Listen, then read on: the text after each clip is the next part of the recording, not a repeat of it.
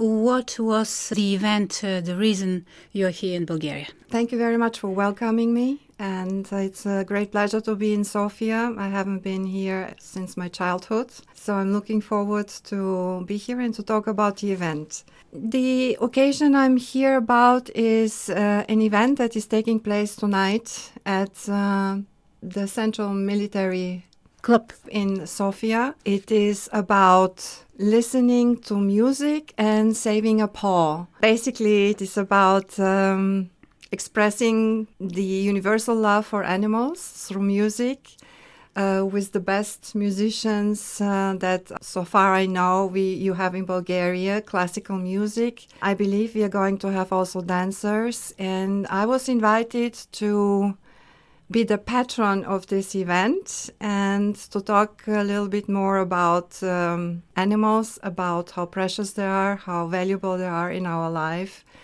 and particularly to raise money to shelter homeless animals. So I hope it's going to be a wonderful evening, and we are going to have the opportunity to share a lot of love and also to raise sufficient funds, particularly for this upcoming winter, which is very needed. Do you have a pet at home? I had 7 cats. And it all happened just by coincidence. I always had pets. I had, when I was a young girl and a student and a young woman, there was always a little dog or a little bigger dog at home. But not till I got to the United States. I lived in the United States for 30 years. That by coincidence I got into pet shelter, a homeless pet shelter.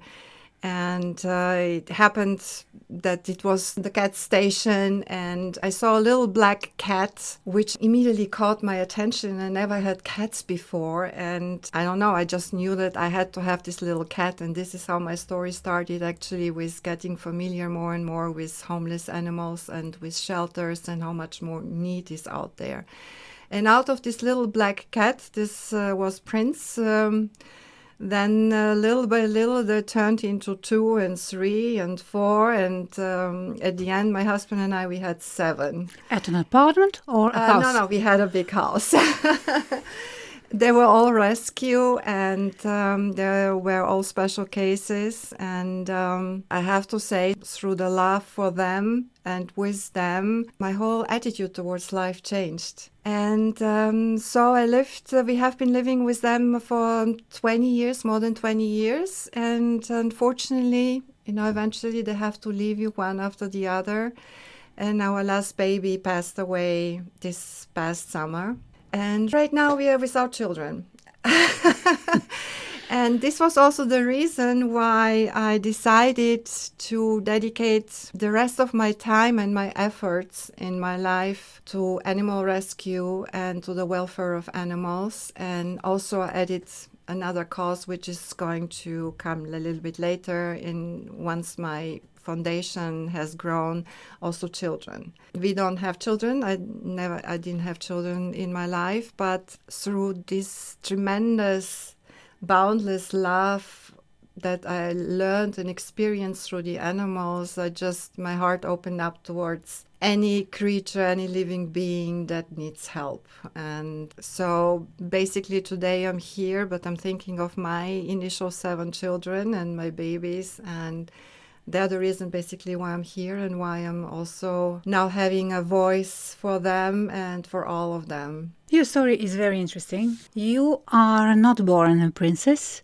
but actually you become a princess. Yes. And your idea is to empower all women and open their eyes to the possibility to be princesses themselves. How is it possible?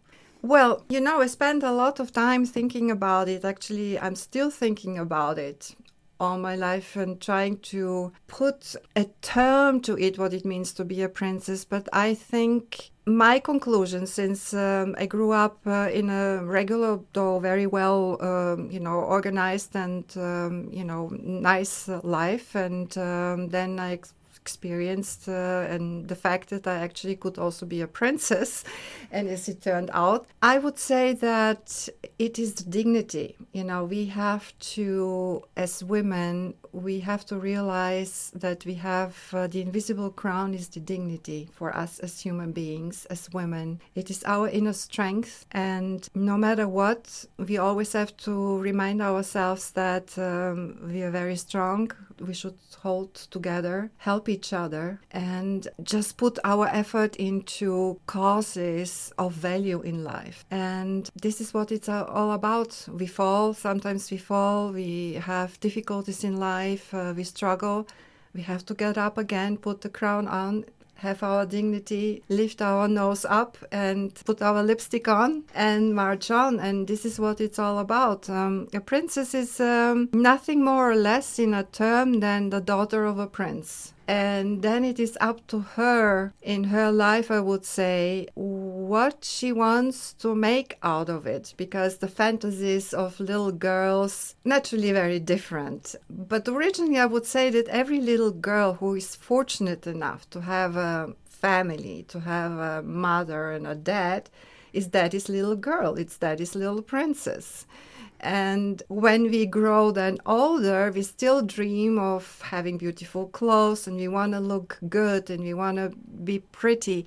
But this is not what it's all about. It's about really the inner strength and the dignity and what we make out of our life, what we stand for. And and if I can take advantage of the fact that I'm still a princess in a sense, but we are a dying breed. It's not like they're going to be princesses for the next thousands of years. I doubt it. We are dying out. But if we can leave a lasting impression in somebody's heart, if we can move something, if we can use this to our advantage to draw attention to something important, then being a princess, the purpose of it has been fulfilled. It's interesting that when you received the title, you didn't receive privileges with it. And you had to educate yourself, to go to a university, and to struggle to make a career.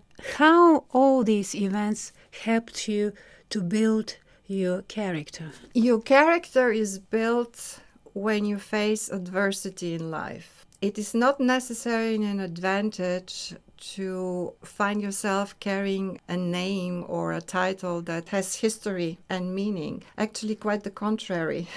I found it actually more difficult being a princess than to be a regular person, because all in a sudden people look at you differently, and everybody has a different imagination and perspective who you could be or what you could be. Also, the expectations then rise because everybody expects you to be perfect or to be in everything you do great or good, or that you're maybe also wealthy or also connected, or you can help just anybody, everything. And I just had a conversation with someone, and I was just sitting and saying, it's not easy to be a princess. And I said, people think I'm Mother Teresa, and I'm not. So my character has built over time through a lot of adversity and actually a lot of downturns. I always wanted to be independent, to be a businesswoman, to have my own label, to do my own thing. And I have to say, not everything I have done was successful. You cannot always succeed in everything. And in failure, you learn actually more, because you have to reassess, you have to criticize yourself or ask yourself, why not? Is it circumstances? Is it me? Is it something else? And then you have to get to the bottom of it, and then you have to realize it's life. That's what I have learned. You have to pick up yourself, lift up your shoulders, and go on. Life is beautiful. Life is worth living, and with all its adversities. And I haven't certainly also picked an easy cause to speak about and to try to help. There is so much cruelty out there when you deal actually with the actual cause of animals and of abandonment. And the more the older I grow, the more mature I grow, the more humble I become. And I think also humility is something that should be part of the invisible crown. You created your own beauty label, Mm-hmm. and I understood that you use rose oil and the rose water in it. Maybe this is because of the Bulgarian roses? Yes, my mother always used to use in her cosmetics rose oil, and I always loved the smell from a little girl on. And when I grew older, I just always loved the smell in perfumes, in anything, even in scents, home scents. And I have to say, I started actually my skincare label because I had a very problematic skin. And I remembered that rose oil and rose is very healthy. Rose water is very healthy for the skin. And I started at a time where organic skincare, in a sense, wasn't actually something to talk about. It wasn't important. So I was a pioneer in that regard. And started developing with the chemist various formulas. I wanted something natural, something that works for my skin. And I have to say, till today, I still use products with rose oil and rose water. Anything in high concentration is very good for my skin. And as you can see, just about any cosmetic company in nowadays is just advertising the rose water and the rose oil, and particularly the Bulgarian one. And there is something about Bulgarian rose oil, so it's wonderful. I can recommend it to anyone, and probably that's why also Bulgarian women are so beautiful. I assume. So this was the original idea, and people loved it. Was a fun time, was a great time, and and I moved on in my life. What are the aromas of your childhood and the memories, the most precious memories of your childhood from Bulgaria? Well, I was very little. I can tell you a funny story, actually, that I remember, because I don't have many memories of Bulgaria. But my mother had a brother. I mean, she had two brothers, but one of the brothers was, as far as I remember, the director of the National Bulgarian Circus. And I was a little girl, I think I was 3 or 4, I remember, and they would take me on a tour with the circus. And that I remember, this is actually my most fond memory, one of my most fond memories, because in the wagon, because then circuses were traveling in wagons and so on. And we had a little chimpanzee with us. And I remember that little chimpanzee was my playmate. Maybe my first initial, touch in being in touch and loving animals.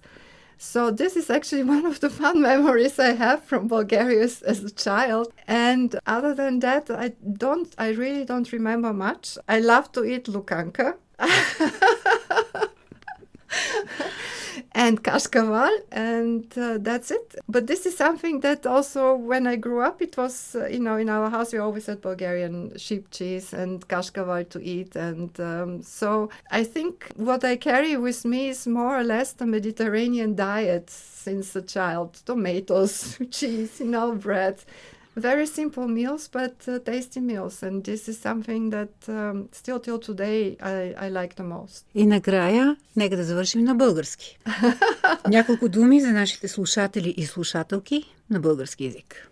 Мили слушатели, надявам се, че малко повече ще си отворите сърцето за бездомните домашни в България. Животните са нещо много ценно. Те ни трябват на нас и ние сме нужни за тях. Надявам се, че го казах добре в български. Без тяхната любов, просто живота не е комплет, не е пълен. Не е пълен. И просто занимавайте се малко повече с натурата, ценете повече природата, животните, помагате където можете. Единственото, което е важно в живота, накрая е любовта. И тя може да се намери, толкова много може да се научи от животните. Просто давайте повече любов и ще видите колко много ще се върне пак обратно към вас. Благодаря на принцеса Теодора фон Аусберг, която се оказа, че говори чудесно български.